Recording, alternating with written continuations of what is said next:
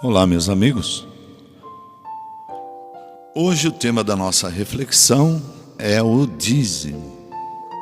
É um tema polêmico que traz muitas discussões no meio teológico, porque daqui nascem doutrinas, enfim, muitos ramos de denominações, de igrejas, etc. Assim sendo, o objetivo da nossa reflexão não é tentar convencer você a nada, mesmo porque quem convence as pessoas é o próprio Deus, é o próprio Espírito Santo. Não dá para falar em dízimo sem primeiro não falar de Abraão. Abraão, porque segundo a Bíblia, foi o primeiro hebreu a dar o dízimo. É isso mesmo, a palavra hebreu é uma palavra que vem do hebraico e que significa aquele que cruza o rio, que atravessa o rio. Abraão vivia numa região, na região da Mesopotâmia, em Ur dos Caldeus. E quando recebe o chamado de Deus, ele atravessa os rios Tigre e Eufrates para uma terra prometida que Deus tinha prometido que o levaria. Muito bem, isso você pode conferir lá em Gênesis 14, 18. Quando Abraão se instala nessa região, ele leva o sobrinho Ló com ele e passa a viver naquela região. Num dado momento, Ló é sequestrado por outros povos e Abraão vai em busca do sobrinho e derrota esses reis, esses povos, e traz consigo despojos de guerra. E ao retornar com esses despojos e o sobrinho, Abraão entrega o dízimo ao sacerdote Melquisedeque. É isso que a Bíblia relata lá em Gênesis 14, 18. É a primeira vez que uma pessoa, segundo a Bíblia, devolve o dízimo. Foi Abraão. O segundo dizimista, se assim podemos chamar, foi Jacó, logo em seguida. Você confere lá em Gênesis 28 e 20. Jacó diz que se o Senhor o abençoasse grandemente, de tudo que passasse na sua mão, ele daria o dízimo, ou devolveria o dízimo. Nesse ponto, a Bíblia não diz para quem Jacó devolveu o dízimo, mas nós não podemos nos basear naquilo que a palavra de Deus não disse. O importante é saber que Jacó também era um dizimista, assim como Abraão. É isso que a palavra de Deus nos diz. O povo de Israel, logo em seguida, se tornou numeroso. E a terra dada por Deus a Abraão foi dividida em tribos. E essas tribos, cada uma com um nome específico, elas trabalhavam e sustentavam uma tribo chamada tribo de Levi, comumente chamado de levitas. Porque se dava da seguinte maneira: essa tribo foi separada por Deus para fazer os trabalhos religiosos, os trabalhos rituais, Dessa tribo saíam sacerdotes. Enfim, essa tribo ela não tinha terra. Os levitas, eles moravam em todo o território de Israel, inserido nessas tribos, e assim eles eram sustentados por essas tribos através do dízimo, porque eles não possuíam terra e viviam somente para esses rituais religiosos. Esse povo, essa tribo de Levi, eles eram mais ou menos em 22.500 pessoas. É isso que a palavra de Deus disse. Era um povo também numeroso e sustentados pelo dízimo. Então o dízimo era dividido da seguinte maneira: todas as tribos davam 10% daquilo que produziam ou conquistavam através de guerras e conquistas de terras, e desses 10% iam para a tribo dos levitas. Os levitas, desses 10% de um todo, tiravam 10% e entregavam aos sacerdotes levitas. Então era um dinheiro que era repassado primeiro ao povo, à tribo de Levi, e depois 10% desse montante era dado aos sacerdotes. Assim eles se sustentavam. Isso você pode conferir lá em Números 18, 21, em Deuteronômio 12, 12 e em Deuteronômio 14, 22 até o 29. Essa época faz parte da lei mosaica. Em Levítico 27, 30, nessa passagem diz que ninguém poderia lançar mão de devolver o dízimo. Se alguém tocasse nos 10%, teria que pagar, ressarcir com 1/5 de juro, ou seja, 20% de seus bens.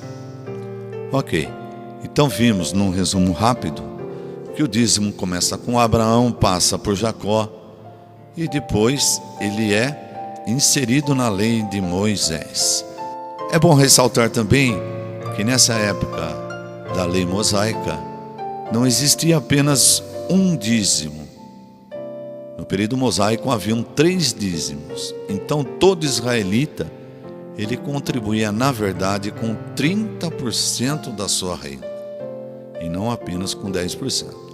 O primeiro dízimo, como nós já vimos, era o dízimo do Senhor, era 10%, como nós já falamos lá em Levítico 27, 30, em Números 18, 21, esse dízimo era consagrado ao Senhor.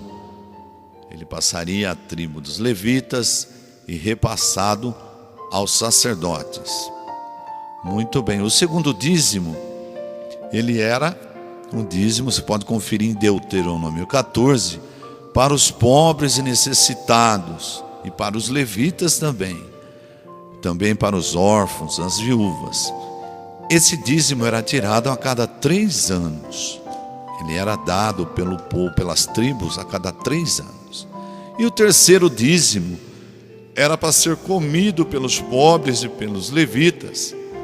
Você pode conferir em Deuteronômio 14, 22, que era o dízimo de adoração. Se fazia uma grande festa, onde o dinheiro desse dízimo era empregado. Seguindo então, chegamos à época dos reis. Reis que eu digo, o rei Saul, o rei Davi, rei Salomão e assim por diante. Nessa época, além dos dízimos, havia também os tributos, os impostos. Muito bem, já existia o trabalho no templo e vale ressaltar que no reinado do rei Davi, Davi governava ao sul e um dos filhos de Saul governava ao norte. Mas também tinha dízimos e impostos.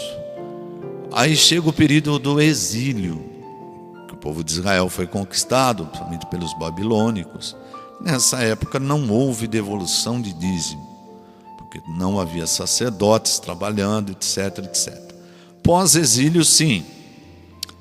Neemias traz de volta o povo para Jerusalém para a reconstrução dos muros. Zorobabel e Esdras reconstroem o templo e Neemias reconstrói as muralhas. Ele integra o pagamento dos dízimos.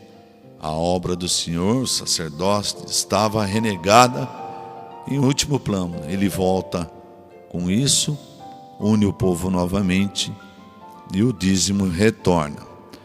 E assim vai até o período de Malaquias, no Antigo Testamento. O que muitos dizem é que Malaquias,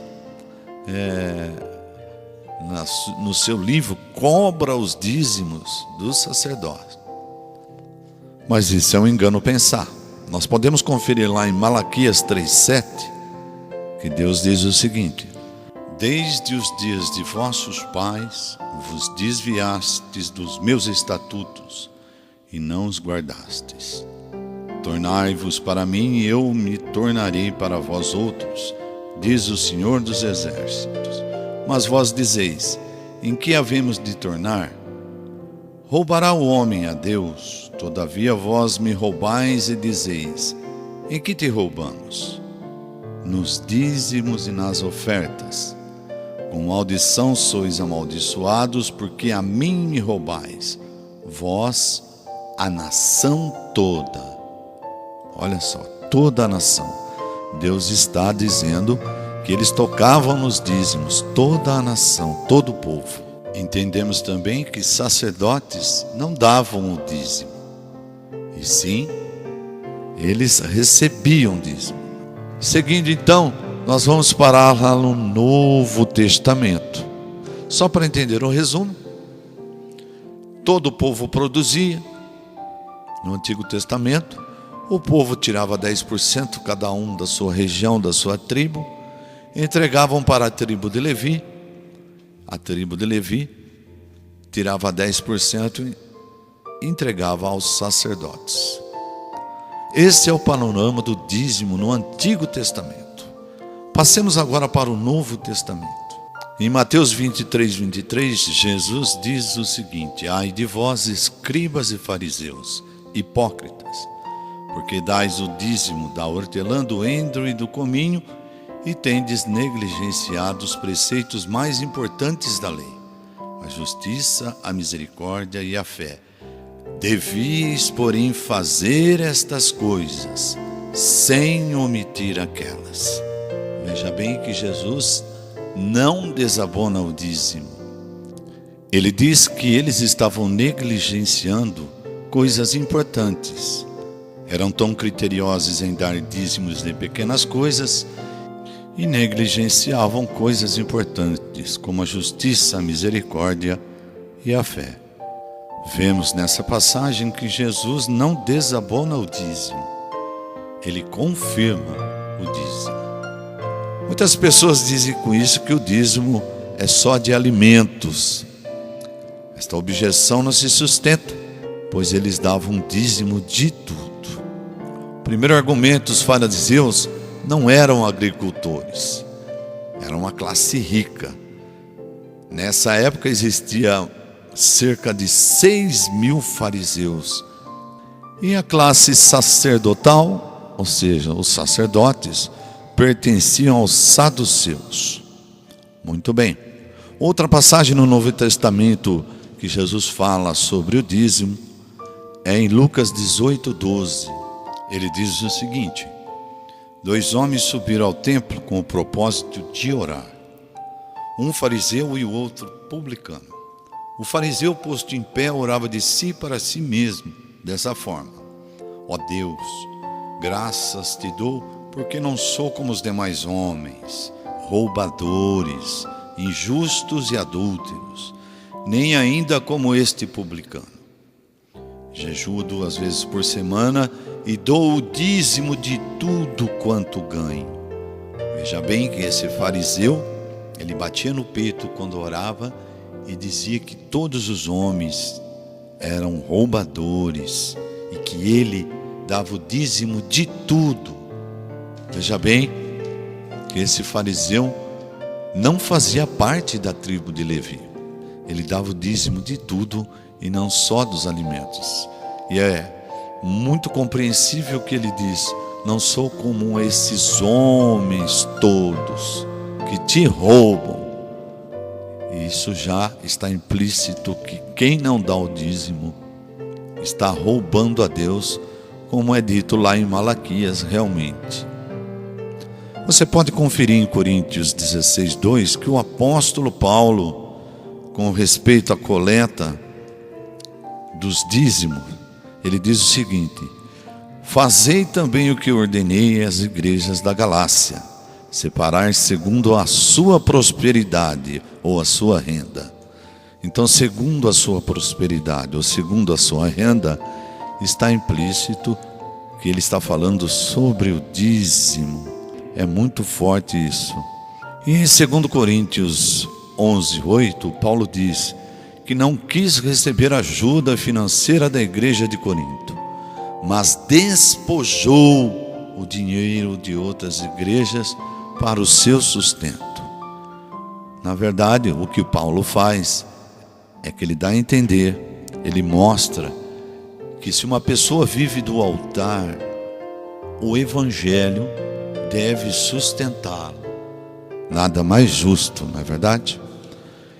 Então concluímos nesse áudio, em todo esse áudio e essa reflexão, que o dízimo ele precede a lei de Moisés. Foi incorporado à lei e jamais foi desabonado no Antigo Testamento e jamais foi desabonado pelo Senhor Jesus. Baseado nas Escrituras Sagradas, nós concluímos isso. Nada é obrigatório para Deus. É uma questão de consideração do que é sagrado, do que pertence a Deus. Espero que você tenha entendido e que essas palavras tenham esclarecido a questão do dízimo, tanto no Antigo como no Novo Testamento. Que Deus abençoe você e até a próxima reflexão.